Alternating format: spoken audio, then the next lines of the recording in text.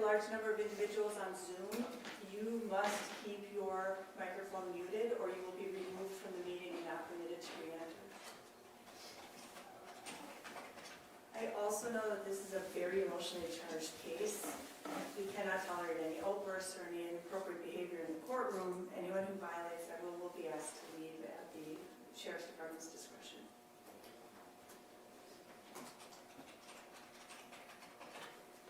This is State of Wisconsin versus Timothy Hauschultz, case number 19-CF75. Appearances, please. David appears by Jacqueline LaBrie and Joel Day. Timothy Hauschultz, Clerk, good afternoon. Good afternoon. I was informed yesterday that the parties have reached an agreement. We have an 8-day jury trial scheduled to start Monday. What is the agreement, please? May I approach with a plea questionnaire? You may, but I'd like to know what the agreement is, please. Your Honor, my understanding that will be an I'm sorry, Judge, can we get her to No, 3 and 6. Attorney LaBrie, we're having a little difficulty hearing you. Could you speak up a little? I'm sorry, Judge. Thank you. The plea would be to counts 3 and 6. The state will move to dismiss and read in the remaining counts. The state is recommending prison. Is that your understanding of the agreement, Attorney Cooper? Yes, Judge. And so we're clear, counts 3 and 6 are charges of party to a crime of child abuse intentionally causing harm as a party to a crime, both Class H felonies. Is that correct? That's right. Is the state in compliance with victim notification requirements as to this agreement? Your Honor, the state did speak with the victim, did obtain the victims with the victim, took that into consideration when making the offer. The victim, I believe, is present in court today. And I did receive a number of letters that were submitted by the victim, by other individuals. Did the state also receive those? I did receive those, Judge. And did the defense?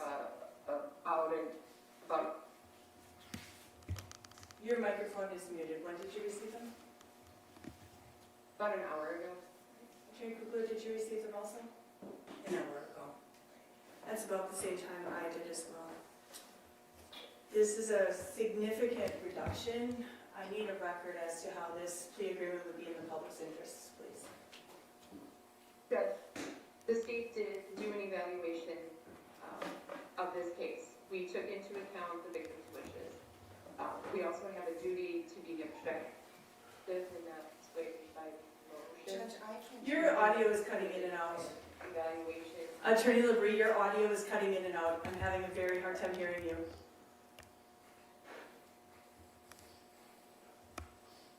I'll speak up. Is this better? It is. Okay. We did an evaluation of the case. We did an evaluation of the facts, the status of the case at this point, the various parties involved. As the court knows, 2 of the other individuals have already been sentenced in this case.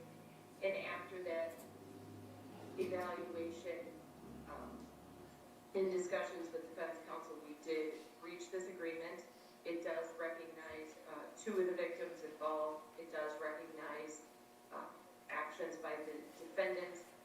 As far as each of those victims, I think that based upon the totality of everything in this case, that it is appropriate, looking at the facts, the burden of proof, and the responsibilities of the state.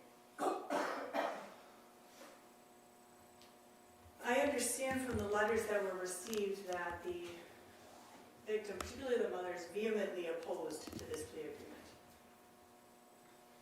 Is there any comment from the state on that? Judge, I know she's unhappy with this plea agreement. That happens in some cases. I have an ethical duty to evaluate the case objectively. We do have a duty to take into account the victim's wishes, which we did. And to be honest, you can ask Attorney Kugler, there was a lot of back and forth when we were negotiating this. And we did take into account her wishes, but this is the plea agreement. You cut out at the end there. We took into account her wishes, but this is the resolution that we felt appropriate at this point in time. Can you tell me what has changed since we set this trial 6 months ago? Judge, we've been negotiating, and offers have been extended throughout the years. As the court knows, this is a 7-year case.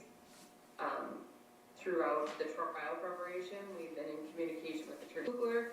Just recently, negotiations have started again, and as the court knows, as trial dates come closer, that happens, and that's what happened in this case.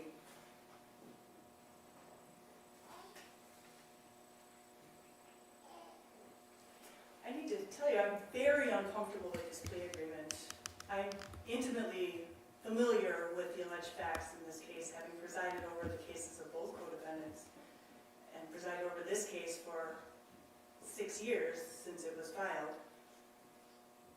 We have set aside 2 weeks to try the case. There have been more motions that I'm able to count quickly that have been filed and heard. And here on the eve of trial to come to an agreement that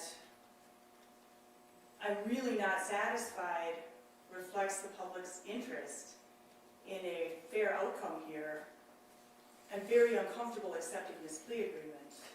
I'm aware of my own obligations to independently review a plea agreement and determine whether it is in the public's interest, and I'm not satisfied that it is. The allegations here are extremely serious, and I don't think that this amendment to 2 Class A felonies reflects that. There's a long list of factors that I'm to look at in determining whether something is in the public's interest, and one of them is whether I have the ability to appropriately respond to my view of the case. And this plea agreement gives me virtually no ability to respond. The sentence is basically a foregone conclusion in light of the credit that's already present here. So I'm not going to accept this plea agreement. I'm not satisfied that it satisfies the public's interest. Are you not willing to hear from the defense? You've reached your conclusion without hearing from the defense? Well, Ms. Kugler, I'm pretty sure I know what you're going to say, but please feel free. Can you speak into your microphone? Yes, I certainly can speak into my microphone. I mean, I agree with the state, and although you're intimately familiar with the case, Judge, of course, having presided over it for years, you're not intimately familiar with the discovery in the case, because that's not something that's shared with the court, right? You have knowledge of what's in a criminal complaint, you have knowledge of some testimony from various motions hearings, which is limited knowledge that this court has. On the other hand, the state and the defense have much more knowledge than this court does, and including interviews with people that have been conducted who are, without naming names, right, there's been interviews conducted of various witnesses in this case who would say that my client did not put Damien in charge of the discipline, that my client has never laid a hand on the children, other than maybe some little minor thing. He has imposed discipline of carrying wood. Okay, there has been the need, the kids have been told to carry wood, but as this court also knows from recent filings, social services was aware of that. They were aware of what was going on in the home. They were aware that Damien was living in the home. Damien has taken responsibilities in prison for several decades, 2 decades, I think, at least 20 years. He does not take the position that Tim told him to do anything. The state and us are privy to interviews that have been done with Damien over the years, including recently, and we know what his position is and what he would say. And so when it comes down to it, and we're on the eve of trial, we can evaluate carefully what we expect people to testify to and see that the state probably cannot prove beyond a reasonable doubt most of the allegations in the case. Now, Tim is willing to take some responsibility. He is also devastated by the fact that Ethan died in this case. But we are really, talking to people in the last 2 weeks it's become more clear as to where things are going to land at a trial here. And Tim is taking responsibility for what he did do, but not to what he didn't do. He didn't have anything to do with the death of Eva. Nobody could foresee that Damien would go so crazy to bury his, nephew-in-law or whatever he would be related to Damien, bury him and beat him. There's no foreseeability on that whatsoever. Nobody would say that at trial. There's nobody who would say that anybody knew that Damien would do that. And certainly that Tim didn't ever tell Damien to do anything like that. And I believe the testimony that would be elicited at trial would be from everybody, would be that Tim, if the kids ever did roughhouse with each other or fight with each other, as anyone who's raised boys knows that they do, he would say again and again, keep your hands off of each other. That was Tim's approach with these children. Keep your hands to yourself. Keep your hands off each other. The charges are problematic. We've even litigated the delinquency of a child causing death with this court. I don't believe it can even be charged in this way.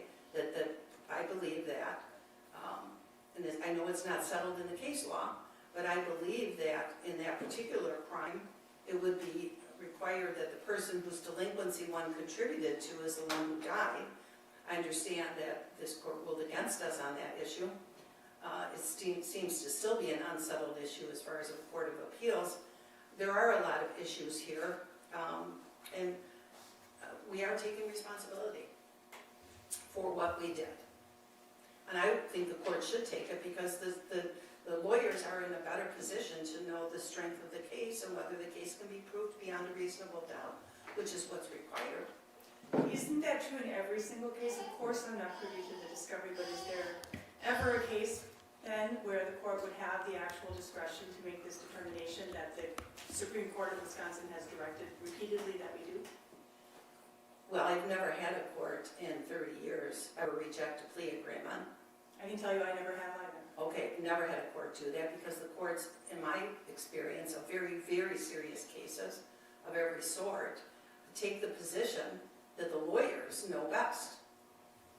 I think the courts typically have enough information from the attorneys to make a determination as to whether a plea agreement is in the public's interest.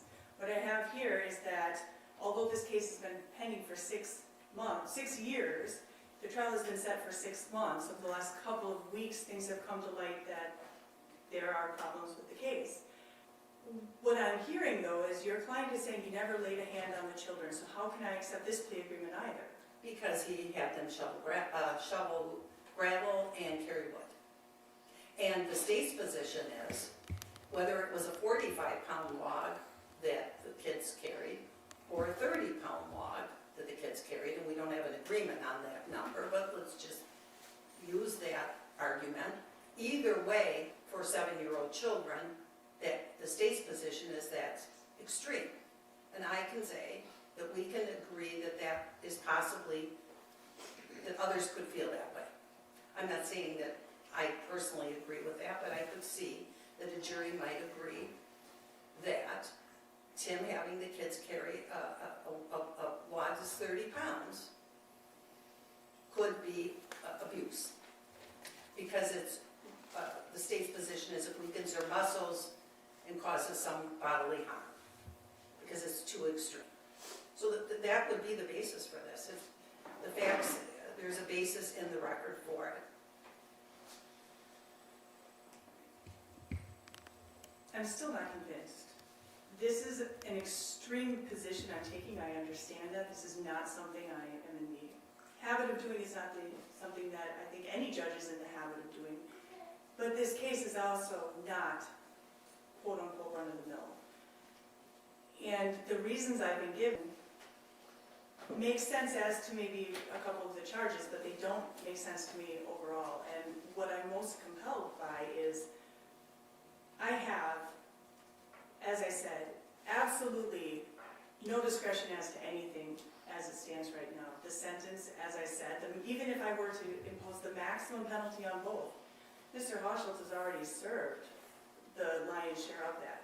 So to accept the defense position is to say that because the parties have reached an agreement, I abdicate all discretion and all authority over this case, which is simply not case law. That is not the role of a circuit court judge. I have an obligation to use my discretion to determine whether the plea agreement is in the public's interest, and I am absolutely not convinced that it is.